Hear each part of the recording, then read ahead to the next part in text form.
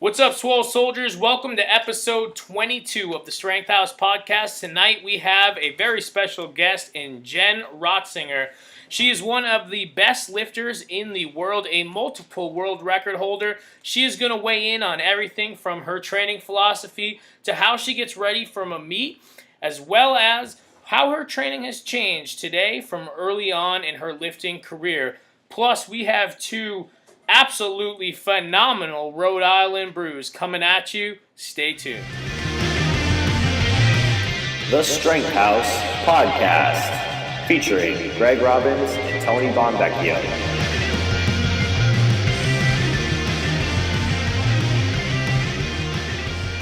All right, what's up, everyone? Welcome to episode 22 of the Strength House Podcast.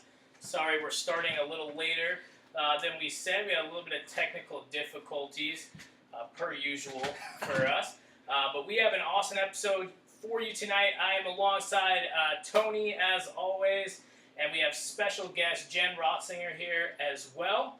Tony, how are you today? I'm great, man. I'm excited to talk to Jenn and learn from one of the best lifters on the planet.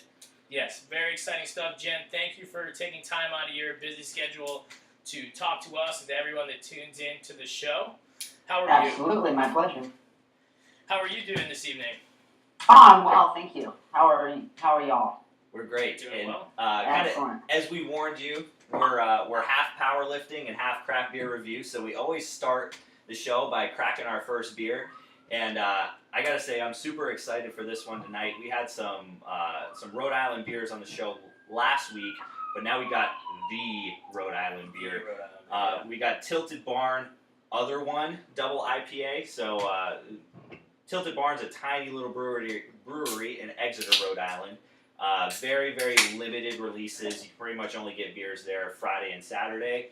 So I'm super excited to have this one. I will admit, I had it already.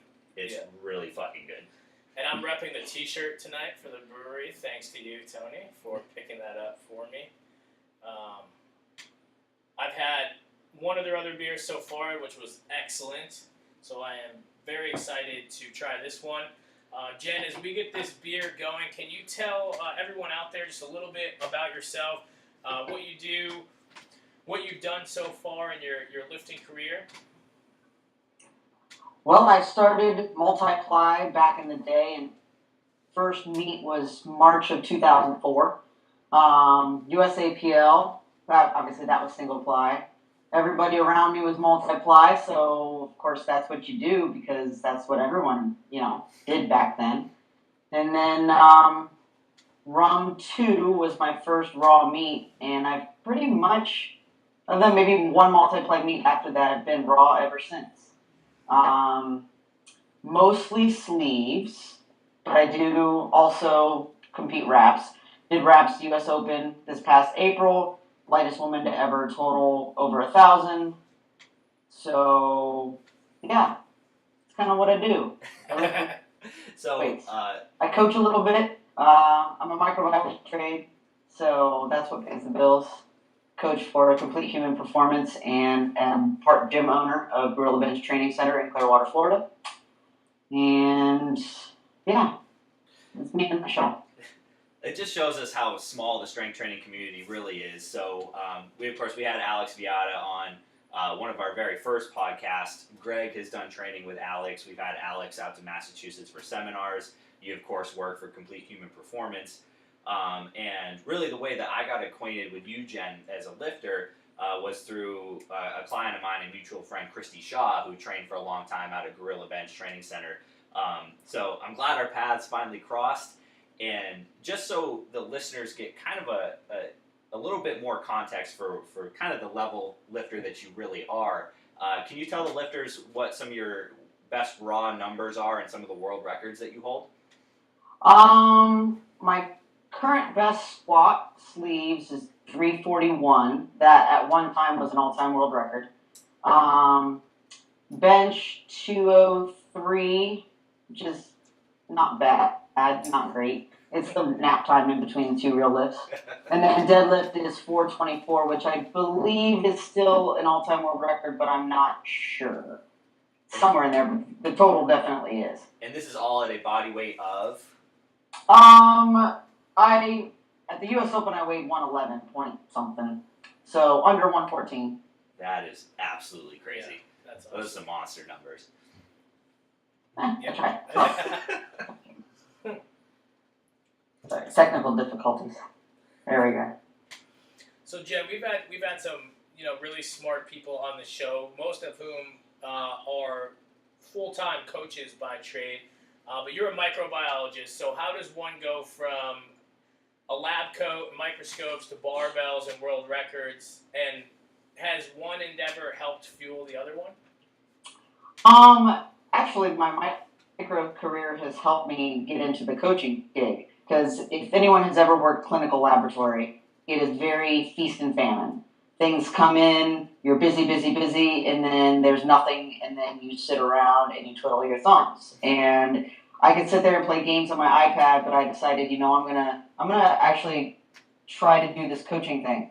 So a few years ago is when I first started my, a couple friend clients, and they recommended me to some of their friends, and then they became clients, and I started working with Alex, and he, a year later, he was like, hey, you want to jump on board with CHP? And I'm like, well, shoot, this is optimizing my time at work and actually pursuing a path that I was always too chicken shit to do by myself. So I am very risk averse, which doesn't really get me very far in the entrepreneurial world, but it's taken me a little while there, but I'm starting to get my feet wet into the whole fitness world. Excellent. And you're the second complete humor performance coach that we've had on the podcast, and Alex, of course, being the head honcho, he's into some pretty crazy shit. He's done some pretty amazing feats of strength. But if you guys had to go down to it and put brawn and brains in the same competition, who do you think would win? Brains versus... Are we deadlifting? Because deadlifting, I got it. But, running and stuff, not so much. So you're famous for a lot of reasons, but one of the things that made you, I think, internet viral was that time that you took an AMRAP at a triple bodyweight deadlift. Can you tell the listeners how much weight you did and how many reps you did it for? It was 156 kilo, because we did triple weight class. And I counted 24, but they gave me credit for 23. So okay.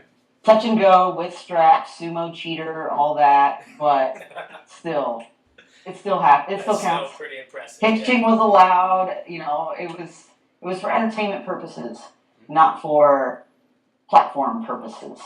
I deadlifted triple bodyweight once. Like once. For a max single. I think I hitched mine too, actually. But that's absolutely phenomenal. That's an incredible feat of strength. Just unbelievably strong. I don't think you're giving yourself, Tony, I don't think you're giving yourself enough credit for this awesome question that you have in total. Well, okay, all right. So here's the thing. To preface, so I had this awesome question made up, maybe a little dorky, but in the pre-podcast ramblings, you did mention that you don't drink beer. So maybe this question might not be as relevant now, but you want to run with it? I'll ask it anyways, yep. So if you had to go up, and we'll just say against Alex, triple bodyweight deadlift for reps, chug a beer, and then fill in the periodic table as fast as possible, who would win? He would, because it would take me 5 minutes to get through the beer. So okay. He wins all day. Okay, that's fair enough. So that was the easy answer to the I should have asked. It was still a great question. I was nervous. So before we go on to another training question, we'll brief pause to talk about this beer that we just had, which is phenomenal. Absolutely unreal. This is really, really great. And so this brewery is basically a farm, right? So. Yep, started out as a Christmas tree farm in Exeter, Rhode Island. So it's about 30 minutes south of Providence where I live. And basically they've got a little barn out back of the family house, and they've got their 2 labs running around, their black lab and their yellow lab. They got chickens running around, they got barn cats, and they just brew amazing beer out of this tiny little barn. Excellent. So yeah. Fridays and Saturdays you can go in and you usually get about 8 to 10 cans total, so not big allotments, but they're doing big things out there. Yeah, so definitely keep your eyes peeled for Tilted Barn Brewery. If you ever get the chance to have it, do not pass up that opportunity if you are a beer drinker. It's excellent. Yeah, so Jen, one thing we like to talk to with all the different lifters that we have on the show is, I know it's kind of like a shitty question overall because it's tough to sum up, but if you could kind of just talk about, in short, what has your training philosophy been, or the most success, when you were making your most progress, how would you sum up your philosophy on training?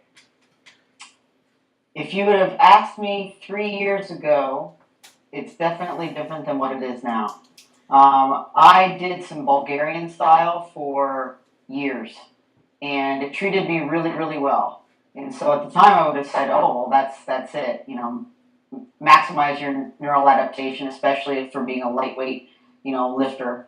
I didn't really want to get bigger, so that was working for me until it stopped working for me, and then I had to start back to the drawing board, and I wasted about a year, and then I finally started figuring out that I need to get stronger, or I need to get healthy and put a little bit more size on, kind of grow into making some PRs and getting past some plateaus. So now I do a lot more base building, and then kind of undulate up to a higher percentage and then back down and kind of just wave versus singles, doubles, triples. For a while there, I was doing incremental loading, so I would go, say, hit a 300-pound squat on Monday, a 301-pound squat on Wednesday, a 302-pound squat on Friday, etc., etc. And I built some solid gains doing that, and for about 3 months, and then everything just kind of came crashing down. So I had to reevaluate my philosophy, and I think I have more of a moderate philosophy now on training. I'm always super interested to hear from lifters who have experienced both raw and single ply or multi-ply. Do you think there's a lot of crossover between the two? Has your training changed a lot now that you're mostly raw? Like, what are the kind of the constants between the two? Well, I mean, obviously you're still doing squat bench deadlift, but the gear, it's so much mastery of the actual gear, and not of necessarily the mechanics of movement. And if you change your gear, or if you gain weight, or if you lose weight, then it fits differently, and then your leverages change, and it's actually a lot more complex than raw lifting. But that doesn't mean it's better. I don't like it better. I never really saw a carryover from, it trains your CNS.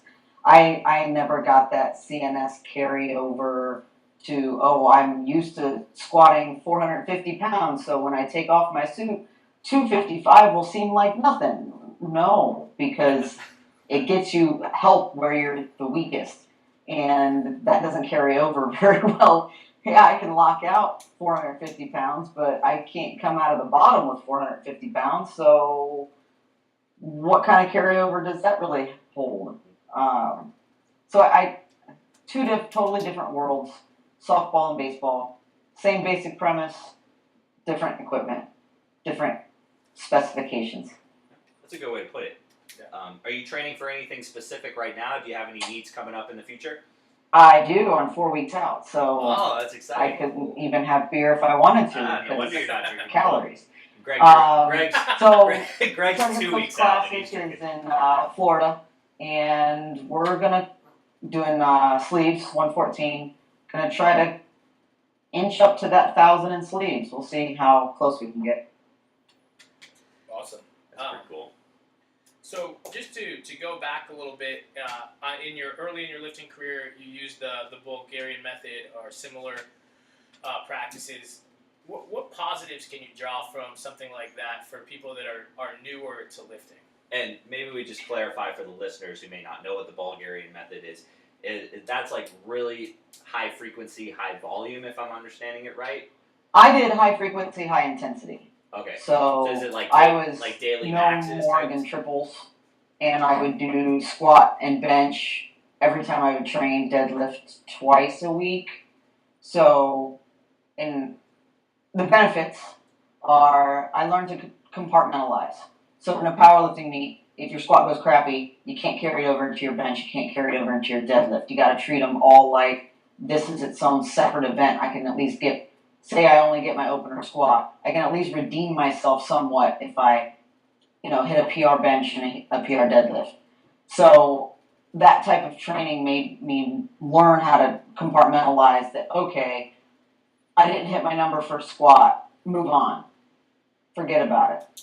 It also taught me how to grind. Like, I see people and they're like, oh, that was an RPE of 9, and it, like, flies up. And I'm like, you don't know what hard is. So, doing a very high intensity, higher frequency, I don't feel like doing this, but I'm going to do it because that's what my program says, and I'm going to suffer through it. A lot of times I didn't fail, or if I did fail, it was because I didn't hit depth or, a technical issue.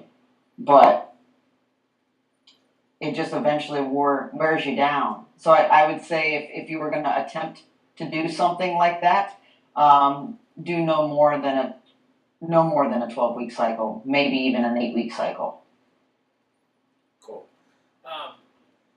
One thing I've always found is sometimes, like, if we're going to think about lifting from like a long-term development standpoint, is you basically, and we've talked about this on the show before, so interested to hear your opinion, is, we look at long-term development, there's basically like two models that are popular. One is like the triangle model, so it's saying, early on in your development, you're going to start with a lot of variation, and then you're going to get more specific as you become, let's say, more of like an elite lifter.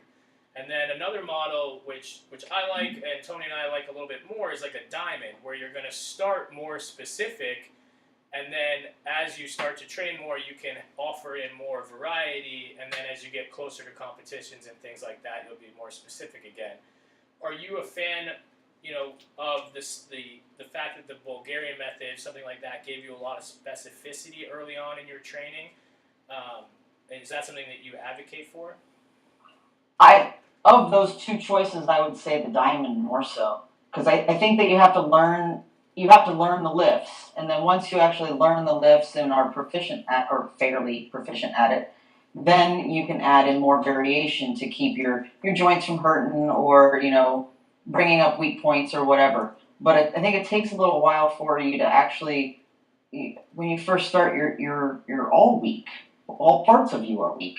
So if you gotta learn the exact movements first, master that or semi-master it, then branch out, and then obviously when it gets to contest time, you gotta bring the regular bars, no bands, no chains, no Swiss bars or buffalo bars or anything like that. It has to be competition. Cool. And Jen, I couldn't help but notice your cat in the background. We're both cat people as well, cat and dog people. So I have 3, so that's awesome. I'm sure you might see more tails flapping. The way that somebody feels about animals, I think, tells a lot about a person, whether they're a good person or maybe not somebody I want to talk to or hang out with. So I think it's safe to say that you're somebody we want to chat with. I love cats. Cats are awesome. You do catch a lot of flack for that, believe it or not. Yeah, but it doesn't matter. I love my cat. And this is the first time my cat is not, like, usually we have to put her in a room for the whole episode because she'll be, like, right front and center the whole time. But she looked like she was going down for a nap right before we started, so I let her. She is free. I'm sure she'll make an appearance before the hour is over. So one other, you talked about also the fact that you were the Bulgarian method helped you learn to grind. I think that's something we talk a lot about, especially men and women, but it's definitely something that I think more female lifters that at least I've worked with have to learn how to grind. What advice would you have, really for any lifter learning how to grind? But since you're one of the women lifters that we get to have on this show, if you have any things that you want to throw out there that are more for the female lifting crowd, go for it. I don't think it's necessarily gender specific, but I think that you have to, in order for you to grow, in order for you to develop, you have to challenge yourself. And if you're not challenging yourself on a 1-rep max attempt or an AMRAP attempt and really pushing yourself and maybe that's where atmosphere comes into play too. I mean, I learned in a very old school environment where a 280-pound rough old man is yelling in my ear, go, go, go, and lift, lift, lift, or whatever he was yelling, how bad do you want it, all that kind of fun stuff. And maybe that kind of sets the tone where you know that you're going to be safe, you're not going to die, but you have that encouragement that these people believe in you, or at least that one back spotter believes in you, and you can do it. And so I think environment plays a part, but I also, if you're forced that you have to, you find a way to do it.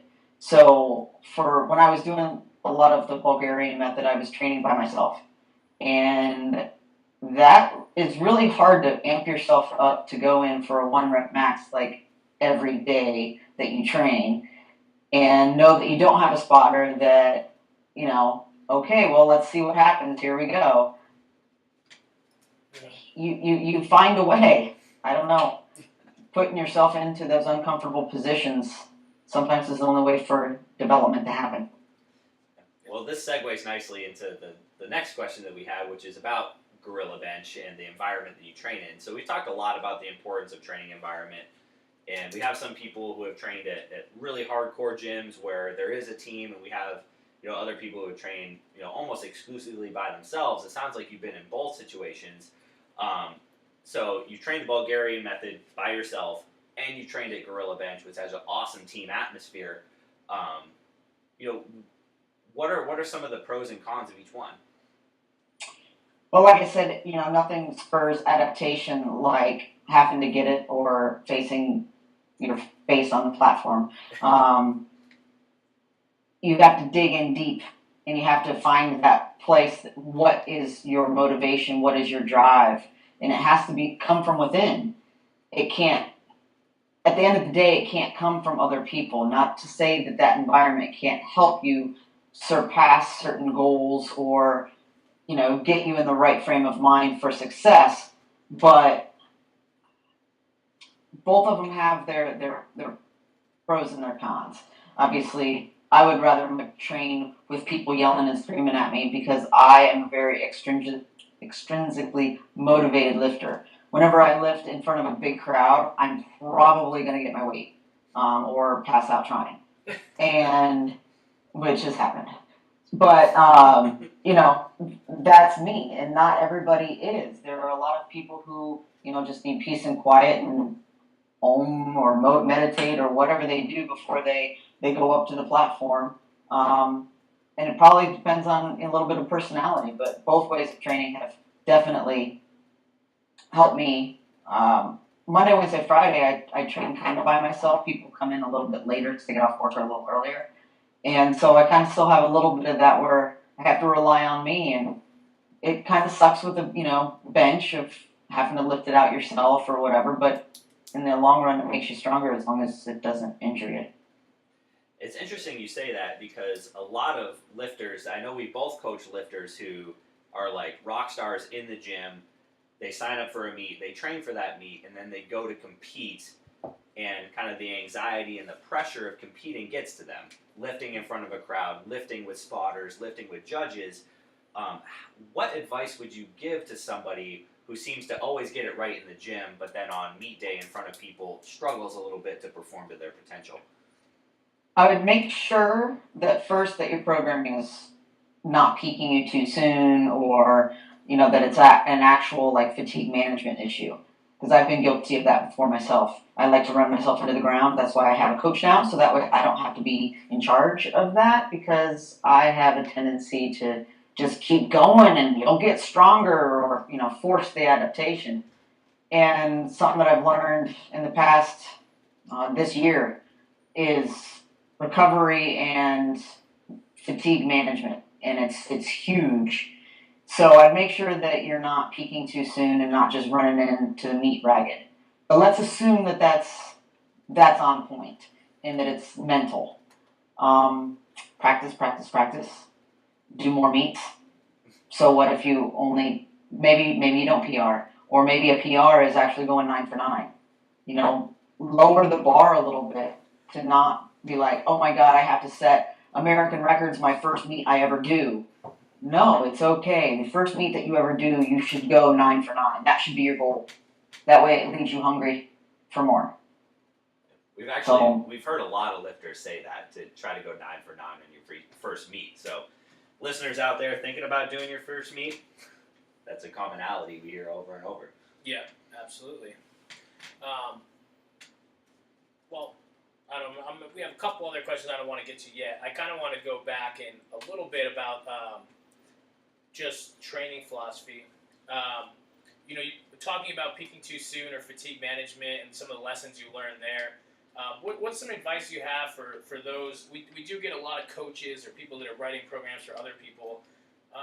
You know, what sage advice could you give them on making sure that you're not peaking people too soon and managing that fatigue better?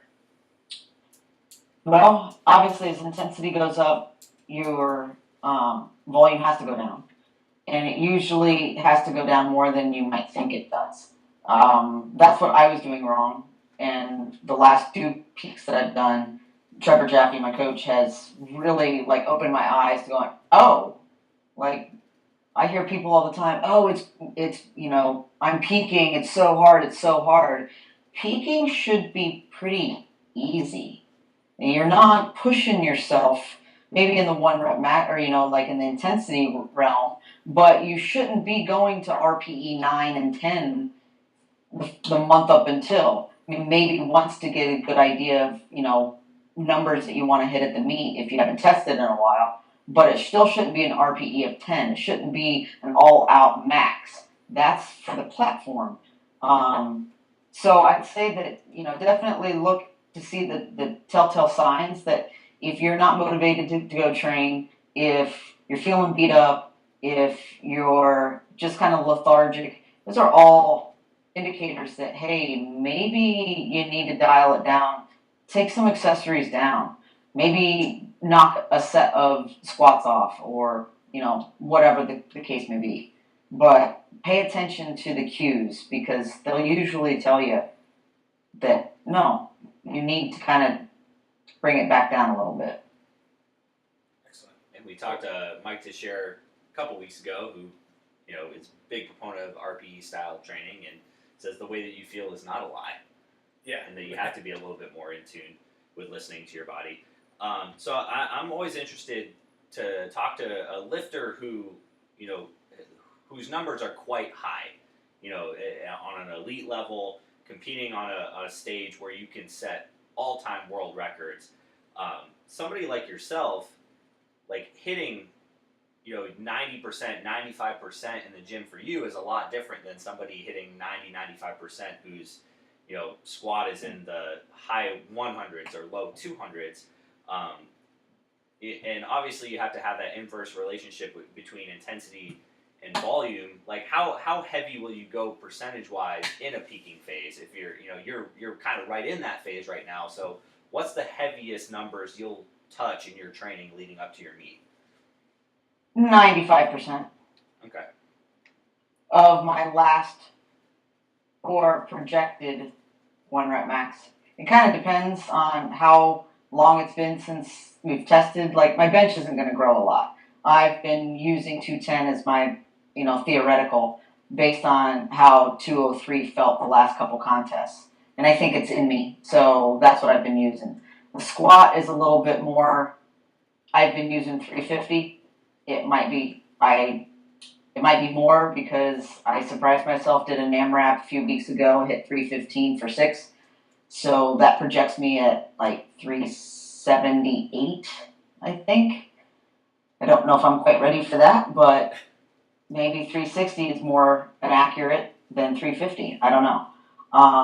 But I have 315 tomorrow for some doubles. So we're getting up there. 90-95%. Anyway. I'm a big fan Apple of those. earbuds do not fit. Sorry. And they don't fit me either. But I'm a big fan of using those kind of like indicator sets or AMRAP sets at a certain percentage to kind of be able to calculate and project what somebody can hit. I think that's a great way to avoid having to test 1RMs more frequently. The other way is kind of go, okay, let's go like 95% and let's see how fast it went. You know, kind of do the, well, what did it feel like, RPE versus velocity, and kind of go. But then you have to kind of know your lifter. Like me, it slows down and I can still have 4 reps in me, even though it's slow. And that's where that whole like RPE 8 is. It can be 2 reps, it can be 4 reps. It kind of just depends on the athlete and how explosive they are and how grindy they are. And would it be safe to say that you're more kind of a grinder lifter? I know it's like Oh yeah, I'm a grinder lifter. I'm not very explosive at all. Bench grip is super wide. You know, like you're a sumo deadlifter. Does that come maybe from like your geared lifting, where you're used to kind of like an end range position and taking advantage of your leverages? Well, I was sumo in gear as well, but my gear, the sumo, I really never got much out of gear. I mean, my best sumo in full every ply there is was 405 at the time where my raw was 385. So 20 pounds, 5%.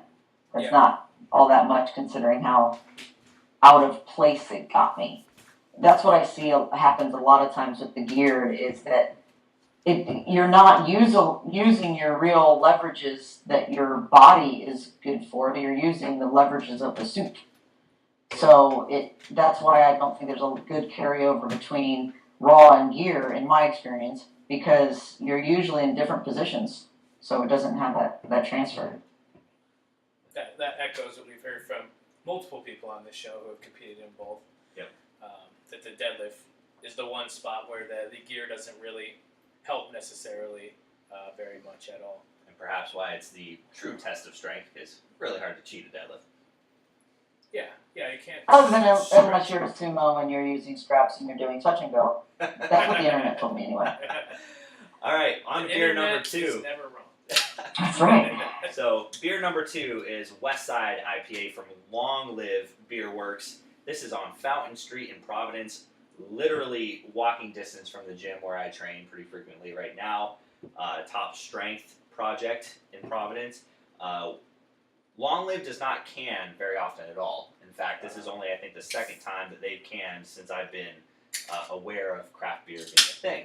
So pretty excited to have this in cans. This is a pretty good IPA. I get this on growler fill pretty often, but another Rhode Island. We are 4 Rhode Island beers in a row.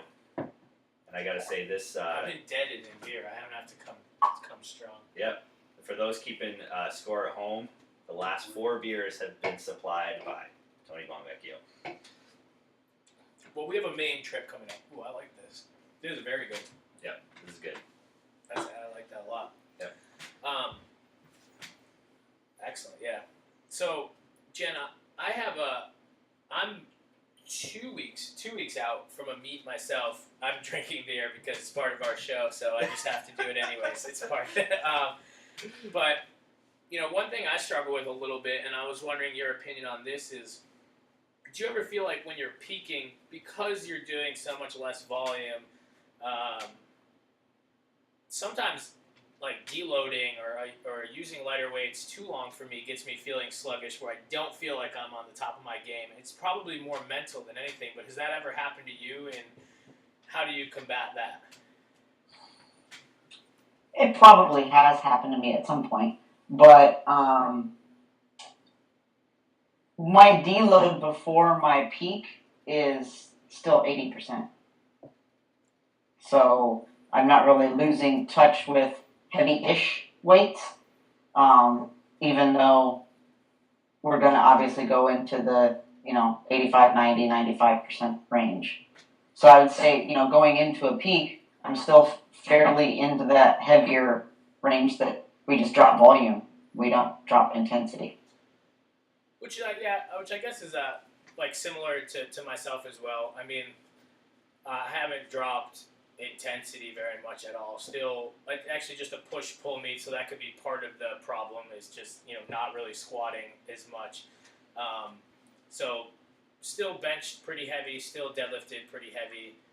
But when all that accessory work is gone, I guess sometimes I just feel like I'm not doing very much in the gym. Like the weight's feeling is heavy. It's feeling good, which is a good sign, obviously, that it's not feeling like it's taking a lot out of me.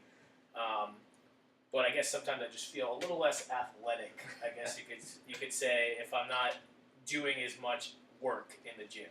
And it leaves you with really only one heavy lower body training session per week. Yeah. If you're not pushing the squat. Yeah. That's true. I could definitely see that. Especially if you're not dieting either. So that's usually my thing is that I'm dieting before the contest. So when I have less reps, I'm like, good, I can go home and eat. So there's that. Yeah. Definitely not dieting. Jeff, what's the weight class that you have to make? 52 kilos, so 114.4. Okay, and how heavy will you get like during your training cycle, and how much weight will you cut in the process? Like off season, I don't like to get heavier than 125. If I'm 120, I can hit 114 easy because I do 24-hour weigh-in. Yep. I normally get 6 to 9 pounds out of a water cut. Okay, that's I gotta say for somebody as light as you are, to go from like 125 to 114, that's unreal. That's a pretty significant percentage of body weight. Yeah, but it hasn't really. If it affects me, it's the bench. The bench affects me the most. Squat I can overcome, and maybe it's slightly less. But the deadlift I can usually overcome. I've actually hit PRs with a crappy refeed, but that's something that I've learned through trial and error. As well as the refeed is the most important. If you're going to do a 24-hour weigh-in and optimize your size, then you're going to be dropping a fairly decent percentage, and getting everything back in is crucial. And I know this is maybe a little bit of a hard turn from where we were chatting, but I'm super interested in this stuff because I, as a coach, have always encouraged lifters to not cut weight. I'm certainly not training many lifters on the level at which you are competing, where competing at your weight class is important because you have the opportunity to hit world records. But for somebody who needs to cut weight with a 24-hour weigh-in, what are some strategies that you would use, and what are some ones that you've used on yourself that have proven to work well? As far as like my basic water cut, or my basic cut that I do, is that what you're asking? Let's talk about somebody who's got to do it like quick and dirty. Somebody who's maybe like 5 or 6 pounds over the week before the meet. Increase water and sodium the first part of the week. Taper it down. Actually, increase it to the maximum the night before the weigh-ins, and then cut water at like 6 o'clock, 9 o'clock, or 8 o'clock at night. Have like a 12-hour before you have to weigh in, and the kidneys will pretty much just filter all of it out. So I would just do, if it was like a 5-pound weight cut on anybody bigger than me, I would probably just do water. If you're trying to push a little bit more than that, then you're going to have to do some carb manipulation as well. Get your glycogen stores down and I fucking hope my sister stuff is listening, because my sister has been competing for 3 years or so now, and she's pretty much cut for every single meet, and has always made weight, but has sometimes struggled to feel good. I understand cutting a lot of weight is not going to feel good, but you talked about the refeed. How can somebody ensure that they perform as well as possible after a significant weight cut? First is Pedialyte. I mean, if you have IVs, you can go that route, but I've had IVs, and I didn't notice any difference between IVs and just drinking Pedialyte. And I would rather not have my blood going places. I would like to keep it in me, so I'll just drink my couple bottles of Pedialyte. Glucose wafers to get your blood glucose back up. One thing that I see a lot of people do wrong with their refeeds is that their first meal is this high-fat meal because, they really wanted pizza. Well, the first meal right after a pretty decent weight cut shouldn't be pizza. That should be your second meal. First meal should be like egg whites and pancakes, or cream of wheat and, something low fat, high carbohydrate, pretty easily digestible. Second meal, then you can go to like pizza or like your highest calorie meal of the day. And then third, dinner, I normally go with like rice and like a hibachi grill. We normally go Asian for the last meal, whether it be teppanyaki or, whatever. So we normally, that's how most of my friends at GBTC and other places kind of refeed. High sodium at the end, that's huge. Oh yeah, high sodium, easily digestible carbs. Try not to eat too much on. I see these lifters. You see them in Walmart, and they don't have like any food in them. They don't have any drink in them. They're just wandering around looking for free feed stuff, and they have all of these cookies and crap, Pop-Tarts, and all this crap that they're gonna binge on because have been depriving themselves for so long. I mean, that's cool if you want to treat yourself to something that you don't normally eat, because that's the time to do it. But don't fill up on the junk. You still need to fuel your performance, and performance works best on real food. So tamper down a little bit on the junk. I mean, I still eat my ice cream that night. Don't worry. Calcium's important. Muscle contraction. That's what I tell myself. It's a true story. I just love that. But I mean, I think that make sure that you drink enough, and don't bog yourself down with high fat foods. I've heard of a lot of lifters, like you said, kind of binging on those high fat foods.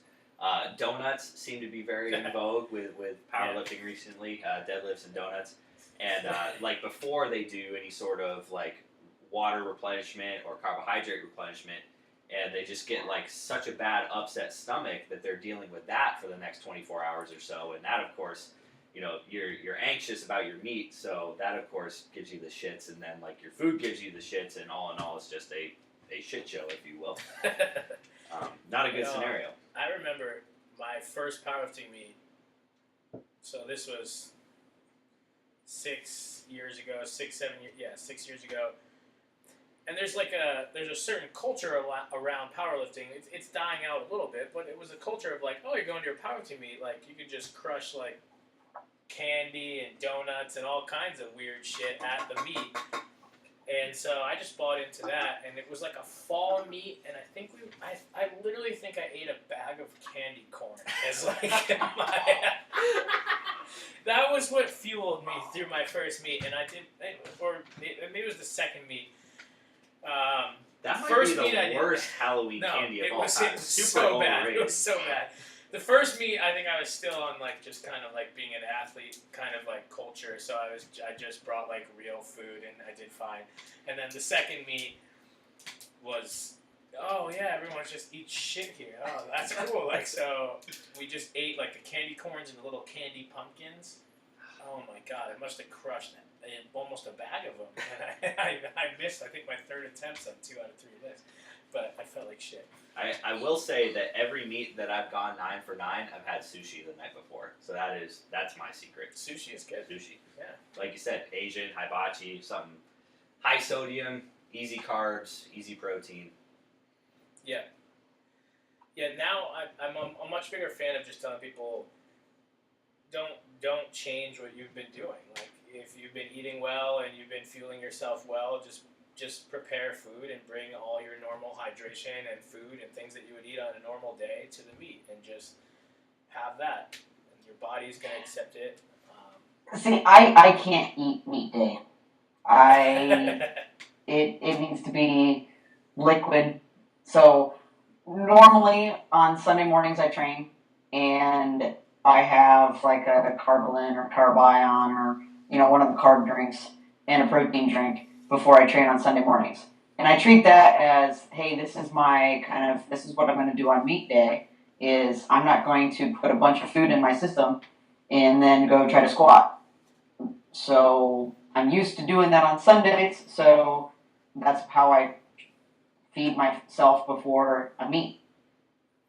I think that makes when sense. I'm after squats, then I usually eat something then, and it's going to be pretty easily digestible, maybe a little bit of protein, fairly high carb. And if it's something that I actually want to eat because I don't have salivary issues, or I'm not salivating because I'm nervous on meat day. So chocolate milk used to be one of my big things. The last meet was U.S. Open, and I got these. It was like cinnamon and sugar Snyder's of Hanover pretzels. I don't know what they were, but they were crack, and That sounds they were the really best good. thing ever. Sugar and sodium and deliciousness. So, but I just kind of munched on that, and keeping it fairly simple usually works best for me. Something that I want to eat because I won't want to eat, so I have to kind of trick myself. Would it be wrong to bring chips and guac to a powerlifting meet? Guac is high fat, right? Guac is high fat, question but it's we were delicious. saying? Yeah, but who doesn't want chips and guac? I always want chips and guac. I might do that. I mean, go for it.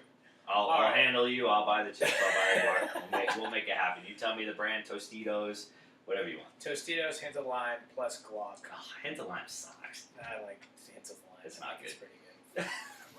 All right, Jen. So, one thing we wanted to talk about was you have your own women's only powerlifting meet called The Jen, which I do. sounds pretty awesome. So, can you tell us a little bit about how that got started? We have a lot of women listeners and a lot of women clients, and I know they have asked about it. Well, I'm business partners with Rich Fika, and Rich is the Florida State Chair for USPA.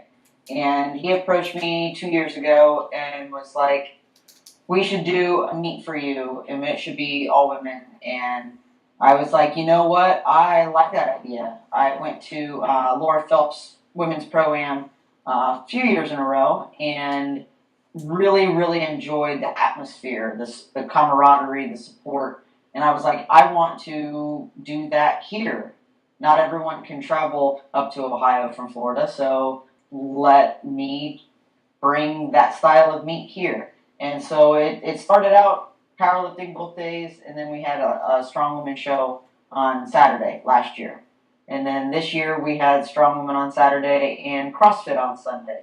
And next year we're going to have powerlifting both days, 5K. We're just going to try to CrossFit, strong women, expand more and more sports.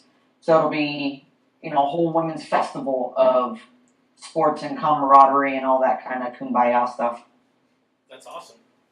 Well, definitely let us know how we can get involved in helping send people there. Yeah. Definitely Sure, do that. absolutely. Yes. Cheap flights from Providence and Boston Yeah. to Florida, Southwest. I would happily train a bunch of people That'd to be go really, compete really cool. at the Gen. That would be very cool. Is it? And we have a ton of craft breweries down here, so then you can take the show on the road. There you go. That's true. Cigar City, I believe, is very close to it. It's in Yep, Tampa, Cigar right? City's down in Ybor. So let's go. Let's do it. There you go. I'm in. I just want to go to Florida. Winter and everything else sucks here. So. What's the date usually on the Gen?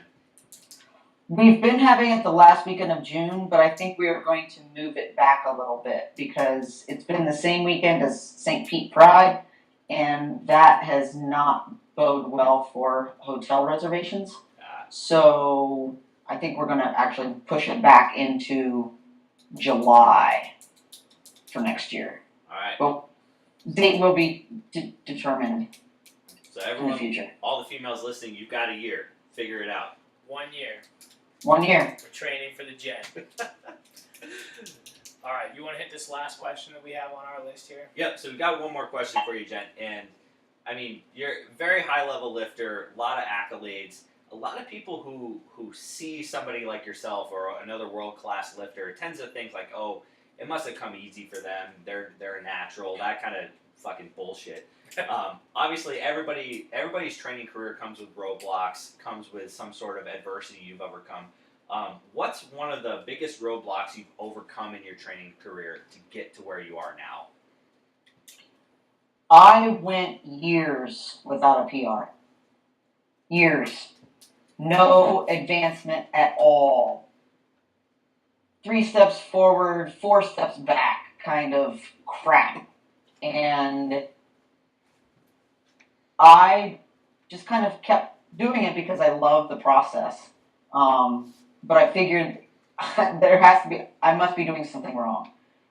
This way used to work for me, but it doesn't work for me anymore, so I have to think outside the box. I have to get out of my own way. I have to look at things from a different perspective.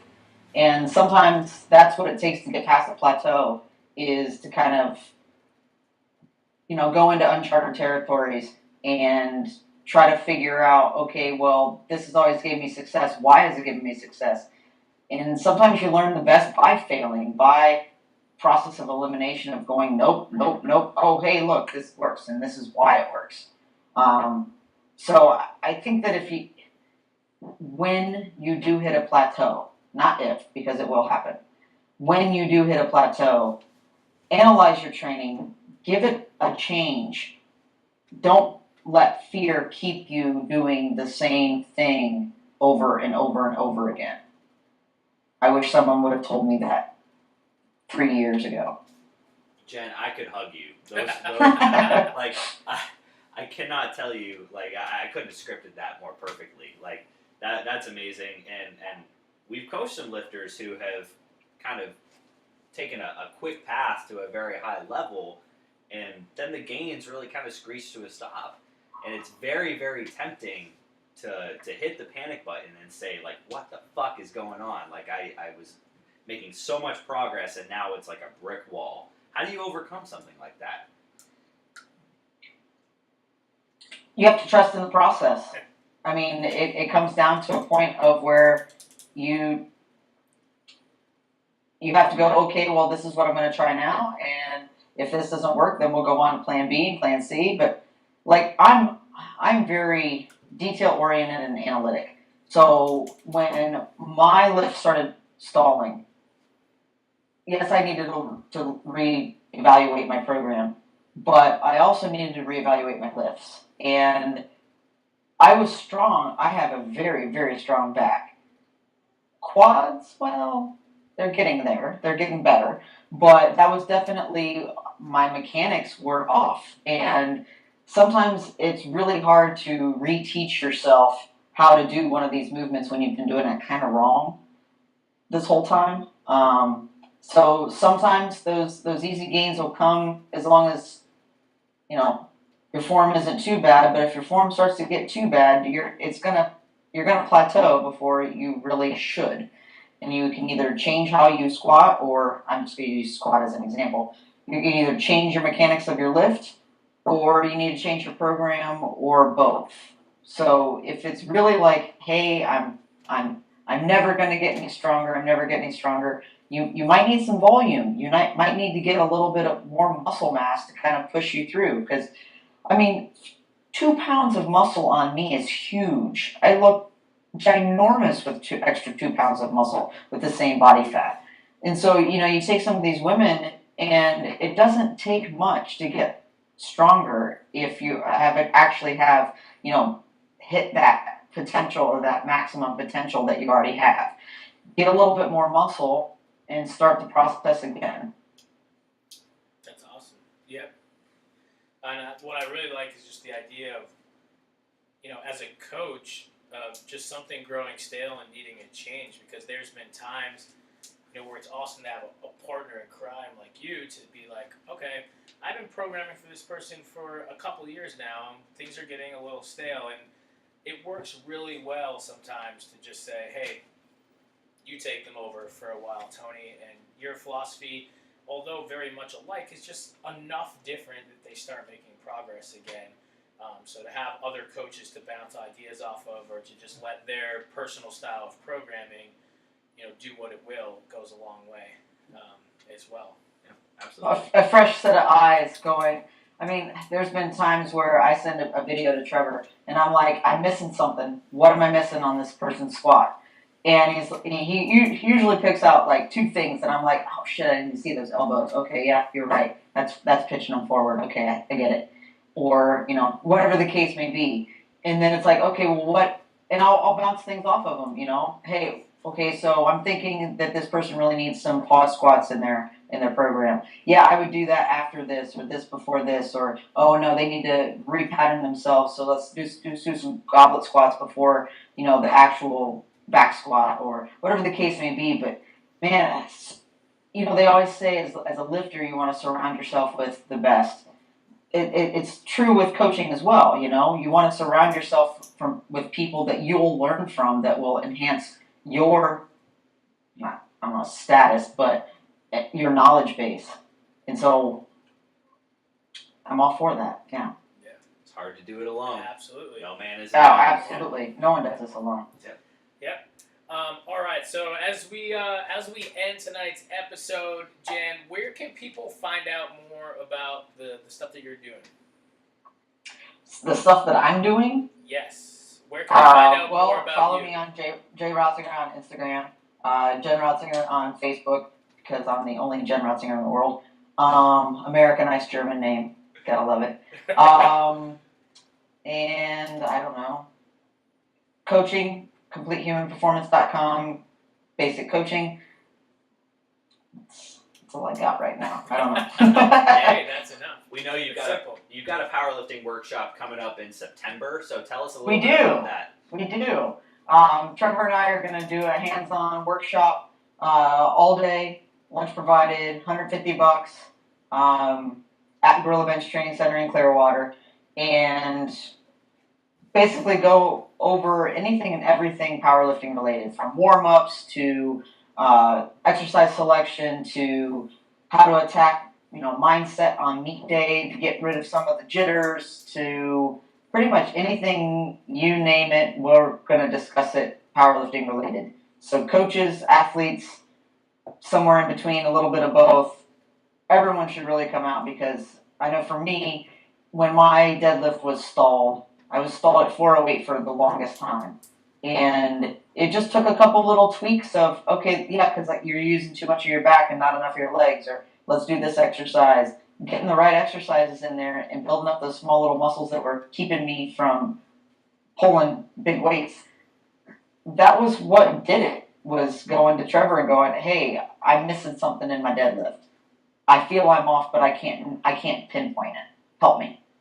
And so I any hands-on from anybody that you trust, it's worth its weight in gold.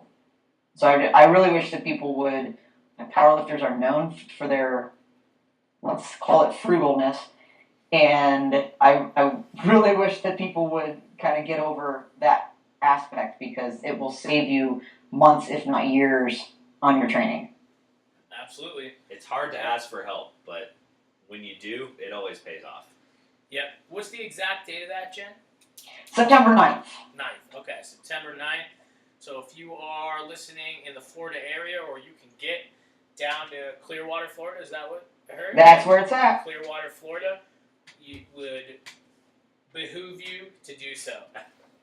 I pronounced that right, so that's good. I think so, yeah. No mispronunciations from Greg. First episode in a while. This is an episode PR on not mispronouncing words. Show's not over, so. That's true. I'm just going to shut up and let you finish it off. All right, well, Jen, thank you so much for taking the time to chat with us, bestowing your wisdom upon us, one of the best lifters we've ever had on the podcast. So thank you for that. We'll make sure to put all your stuff in the show notes so people can find you and find out more about your seminar. Next week, we got another extra special guest, the one and only Tony Gentilcore, a good friend of ours. We go way back with Tony, so make sure you stay tuned for that. And I don't think I got anything else. No, we've got no other announcements other than that. We're still working hard to bring you guys the Strength House as a brick and mortar facility come this fall. So keep checks with us on social. Oh, there it Oh, wow! Man, in the clutch. Keep Social media. Oh, and Barry, you were so good you didn't bark the whole episode. keep up to date with us on social media and our website, strengthhouse.com. I'm pissed off and I'm done for tonight because I almost made it through a whole episode without mispronouncing something, but I couldn't do it. Thank you very much, Jen, for coming on the show. This was a great episode. One I can't wait to share with everybody. It will be live on iTunes by the end of the week. That is all we have for you tonight. Peace. All right. Thanks. Bye.